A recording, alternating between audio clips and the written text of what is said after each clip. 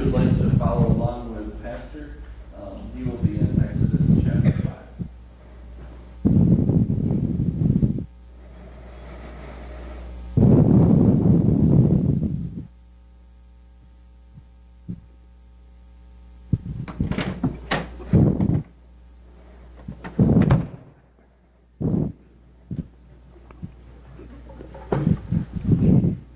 Zipporah, oh Zipporah, you have really outdone yourself tonight. That was an excellent meal. I had no idea that chickens had wings. Those are excellent. So for the buffalo sauce, did you use real buffaloes? That was a good meal. Thank you so much. You're the greatest wife in the world. Thank you. By the way, have you checked your son's bandages after that stunt you pulled? That poor kid's going to be hunched over for about a week. Check Exodus 4:25 if you need that reference for that joke. Yeah, of course I am. I'm really nervous about Aaron and I's meeting with Pharaoh tomorrow. We're going to go first thing in the morning, and I'm pretty nervous about that. Yeah. Well, I tried to impress him by bringing out my very best tunic, nice and colorful, that I hope would honor the Pharaoh as best as I could. I even had it sandblasted, so it's nice and clean. So I hope he really likes it. But really, though, I can't believe the time has finally come for Aaron and I to go speak to him. Oh, Yahweh has told me what's going to happen, but I'm still a little nervous because I know he's going to have a hardened heart. I'm a little nervous about our meeting tomorrow with Pharaoh. But it's amazing, isn't it, Zipporah, how well Yahweh has cared for me. He really has. When I think about it and I look back, he has done some wonderful things for me. I remember back as a child hearing stories about how all the Hebrew babies were killed and thrown into the river to drown. But yet Yahweh spared me. He spared my life. He even used my sister to keep close track of me, and he even let me get close to my mother again. Yahweh really has preserved me, and I don't want to let him down. I know my time in the palace's best schools was even a gift also from Yahweh. He really has cared for me. I don't want to let him down. Well, he even protected me, and when I got into that scuffle and the mix with the Egyptian corrections officer, and I fled for my life, Yahweh even preserved me. He didn't punish me in light of that deed. I'm just so thankful for his care in my life. And of course, best of all, in Yahweh's care for my life, he sent me to you, and he sent you to me. You are a wonderful wife, and I thank him for you every day. And your father's pretty cool too. I like Jethro. He's a good guy. Well then, God has really preserved me. He's given me great blessings in my wife and in my family. But then there's that whole burning bush incident. Wow, that was pretty spectacular. That was the changing moment in my life that I knew Yahweh was for real. It was such a privilege. He could have chosen any person of any time. Even a great old Abraham, he could have done that with him. But he chose me. He preserved me as a baby. And then he led me to where I am on the verge of going to see the Pharaoh first thing in the morning. I am convinced Yahweh has a plan for his people, and I don't know all the details, but I know that I have a part in that. And I know Aaron does, and it starts tomorrow morning. And I'm really excited about it. He gave me this really neat... Where'd you put my staff? I can't lose that thing. Where is it? Okay, thanks.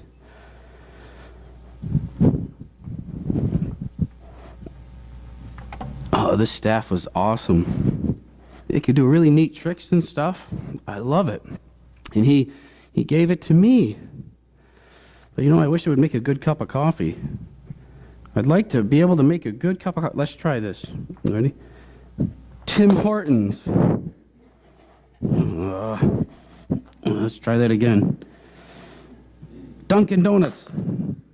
No matter what I do, it turns into a snake. I can't drink a snake. Can't get a good cup of coffee in the desert. I thought this magical staff would at least do that for me. But anyways, you know, Zipporah, we are truly, truly blessed. I think that with this staff and with Aaron's help, Yahweh is going to do some great things through me. Sure, I'm a little scared to see Pharaoh, but you know what? I'm also quite excited because I know he's got some great things planned for us and for his people. I wonder how Pharaoh will respond to Aaron and I's plan, our idea. You can pray for me tonight. Hope I get a good night's sleep as we wake up in the morning and go visit Pharaoh for the very first time. Well, good night, Zipporah. Sleep tight. Don't let the sand spiders bite.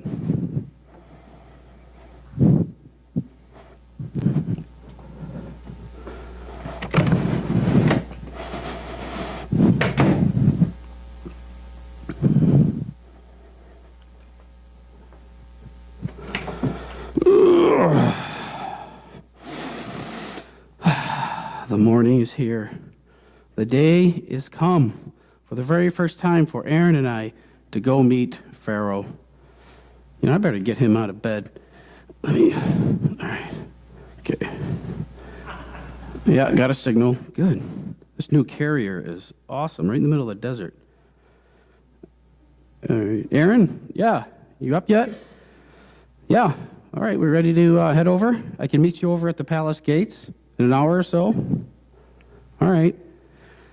No, still doesn't make a good cup of coffee. Yeah, if it did, I'd bring one for you, but you're going to have to make it through this day without some coffee. All right. We'll see you over at the palace gates before too long. All right, we'll see you. Bye.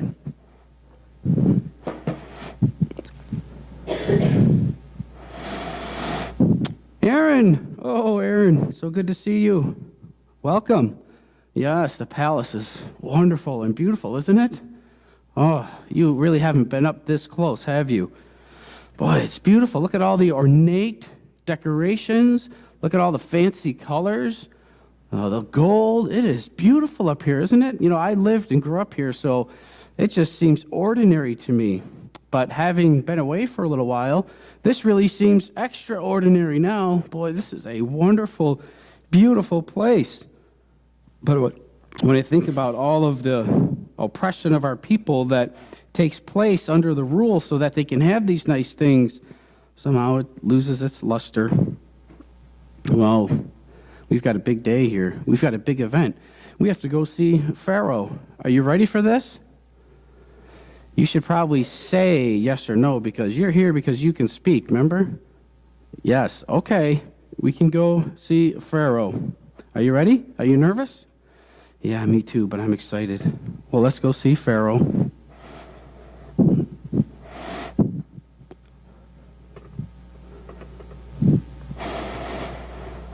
Oh, Pharaoh, thus says the Lord God of Israel, let my people go, that they may hold a feast to me in the wilderness.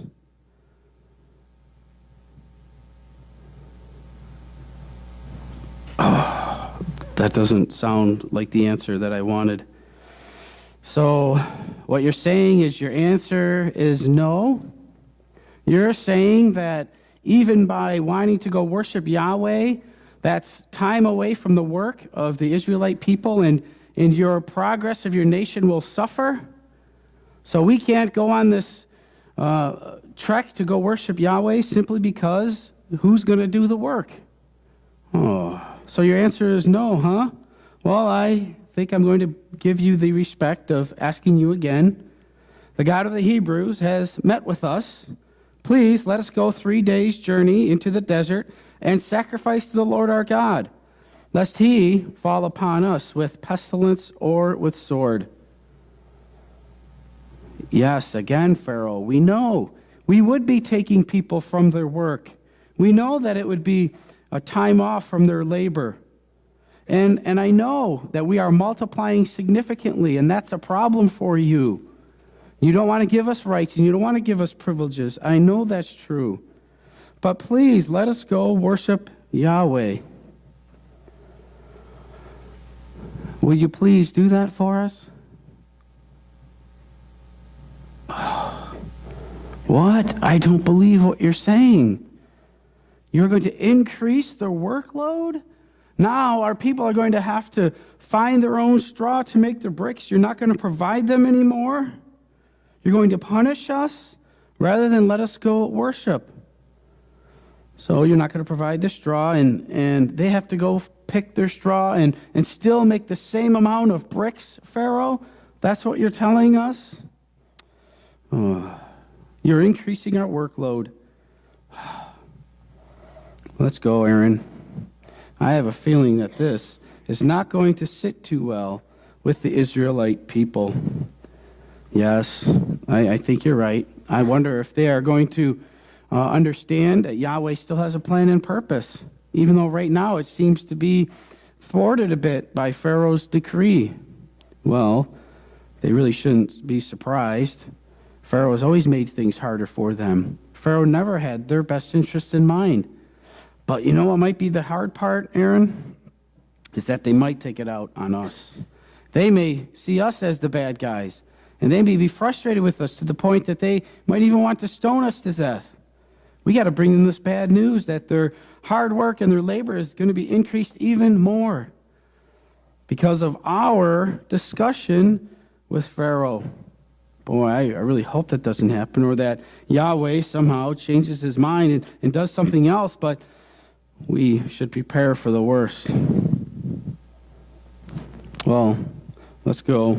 Let's leave this palace and go tell the people.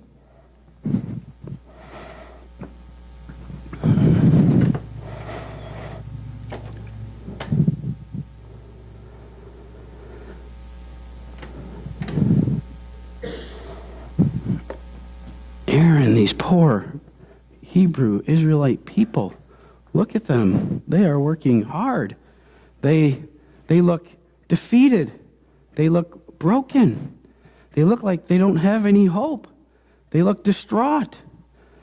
And do you see some of the looks we're getting? I think my fears are right. They hold us responsible for their extra labor because of our going to Pharaoh. Oh, do you see the looks on their face? Do you look at them? Do you see them? This extra workload, along with being unable to worship Yahweh, it adds to their discouragement and to their frustration. Well, here come a few Hebrew officers right now. Perhaps they have some good news for us, or perhaps they want to pray with us, hoping that Yahweh's plan would come to fruition soon. Maybe the Hebrew officers won't be mad or frustrated with us. Maybe they'll be good mediators between us and the people. Maybe people won't be mad at us. Maybe they are bringing good news. Well, officers, it looks like you want to say something to Aaron and I.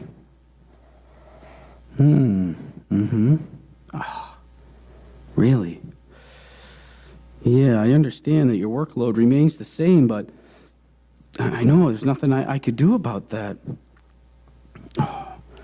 Please don't wish Yahweh's judgment against me for what has transpired. Don't have him cast down judgment upon us because of what has happened here. It's not my fault. It's not Aaron's fault. Yahweh does not hate you. Yahweh does not hate us. He hates Pharaoh. He hates the gods of Egypt. And he does certainly not want to kill you. And he does not want to kill me. This extra workload was not his plan to kill you. All right. I can see, as representative of the people, that they are quite unhappy. Well, give me another chance with Yahweh, please. He has told me his plan to some degree, but let me go mediate to him personally. Let me go beg of him that he would lighten the load, that he would maybe pull off the hardening of Pharaoh's heart. Let me go talk with Yahweh and have some time with him. Okay. Well, hopefully next time we see each other, we'll have some better news. And maybe the work conditions will get better, and maybe even we'll get to go worship Yahweh. All right. We'll see you again. Come on, Aaron.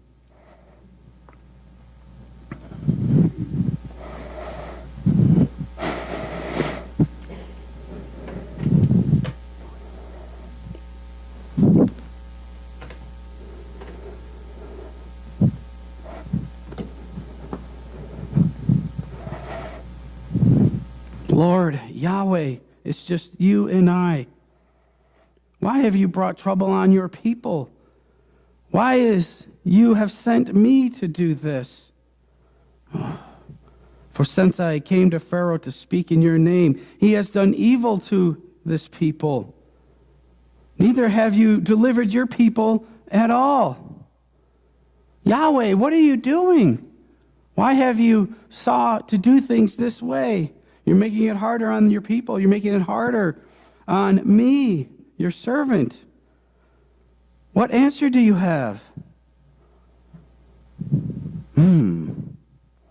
I see. I will see all that you will do to Pharaoh.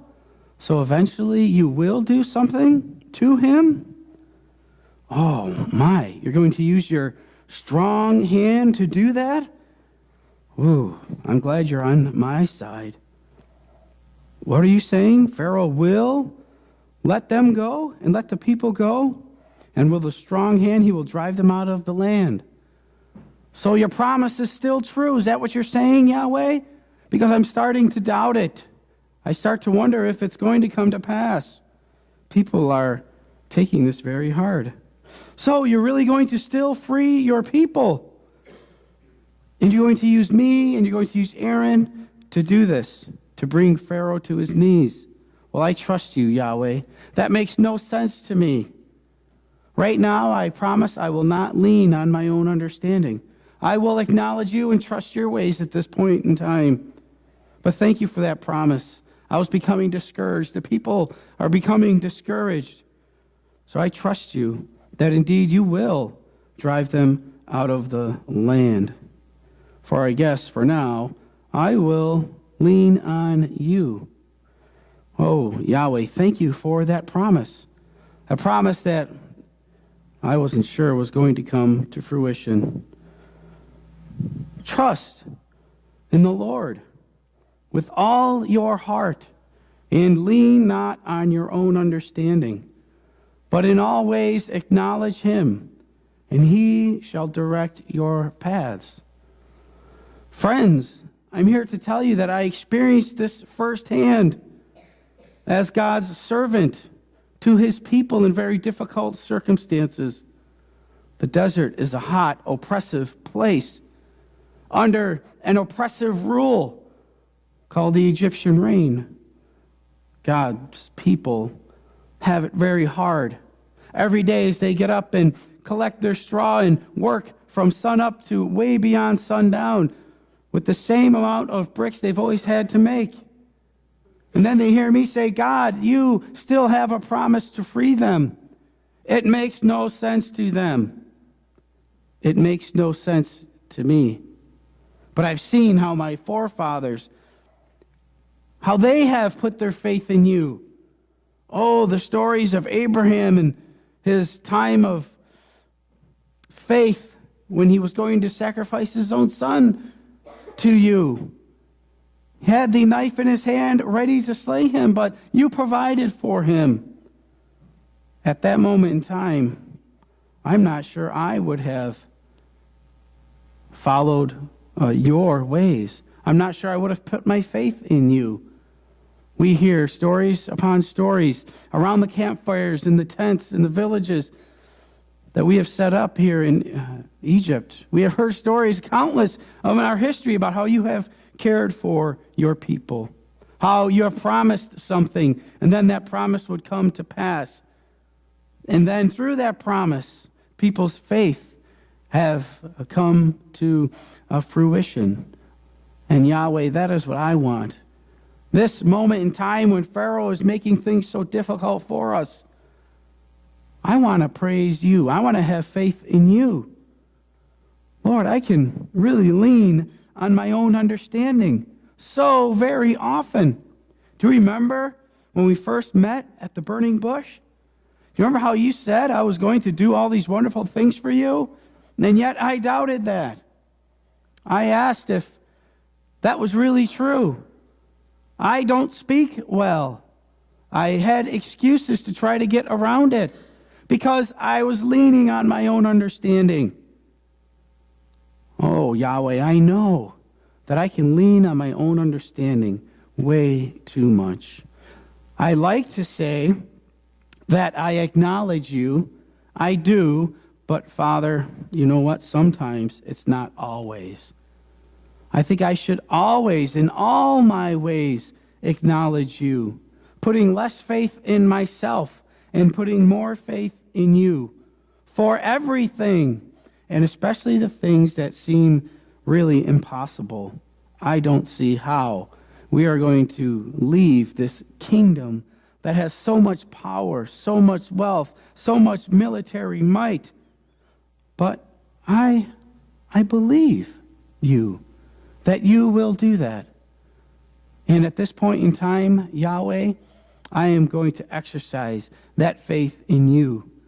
Because if I lean on my own understanding, I think we're in trouble. I don't think there's any hope for the Israelite people whatsoever. But I am going to acknowledge you. I'm going to let you direct my paths. How about you, church folks, this morning?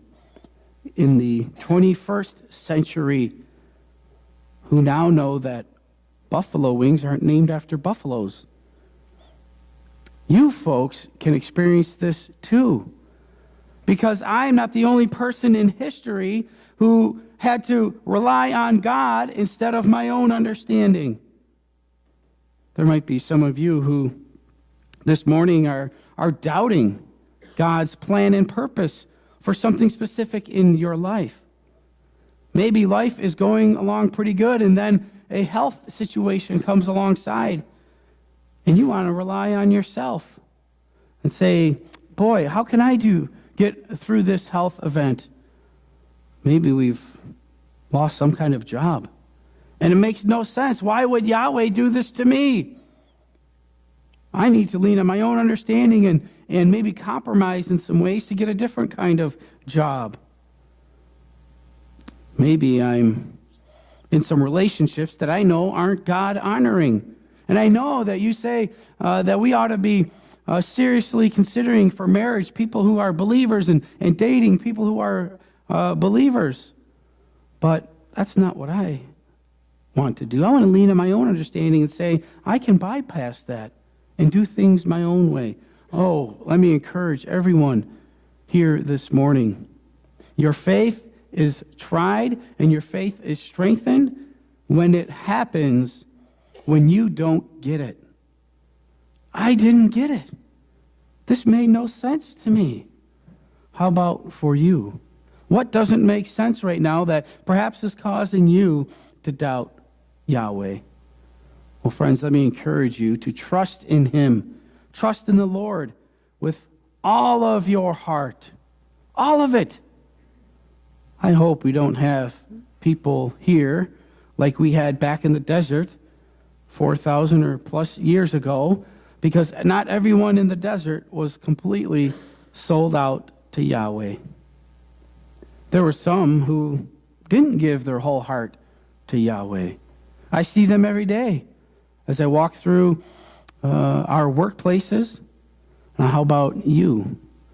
Do you know of some people, and perhaps even yourself, who don't give entire hearts to Yahweh? Gives a portion, a little bit. But the things that I don't understand, I will lean on my own understanding. But let me encourage you, in all your ways, acknowledge Him. Acknowledge the fact that He is sovereign. He is the same God over you that was over me in Egypt, helping me through hard times and helping you through hard times. But I can promise you this, and I want to leave you with this one final sentiment. If you continue to lean on your own understanding, if you continue to acknowledge only yourself and look to yourself for direction, I can promise you things will only get worse. Friends, you're in a tough spot in life, like I am in a tough spot with Pharaoh. If you're in a tough spot, don't lean on yourself. This is the time that God wants you to be completely sold out for Him in all of your ways and with all of your heart, leaning on Him for His guidance in his direction. And what's neat, it looked like you guys got one another as well. If you're going through a hard time, you have each other. So don't lean on your own understanding, but in all your ways acknowledge him, and he will direct your paths. Because God is like a father. Yahweh is like a father to me. It's who he is. And I am just a lowly person being ready to be used by him. That's who I am. I think we need to really understand that. Who am I and who is he? He's the one who will direct my paths when I'm solely sold out for him. And I think we're going to sing a song about that to close our time.